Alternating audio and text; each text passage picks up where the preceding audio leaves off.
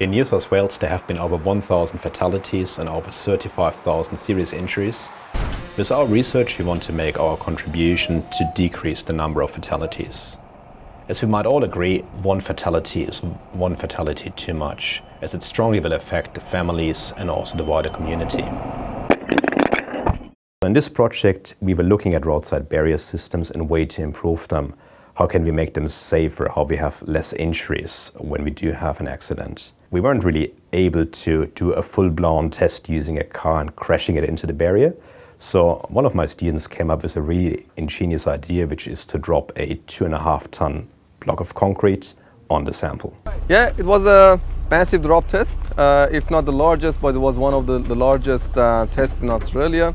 We dropped a 2.5-ton load on silicon foam sample, which is going to be used hopefully on crash cushions in Australian roadside barriers. Should go to the right.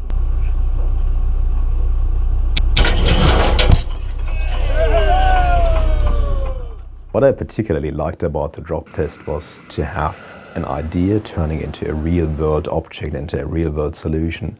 You have a car impact and you know that your barrier system has saved a life. You have this direct sequence between cause and effect, and I think this can be really rewarding.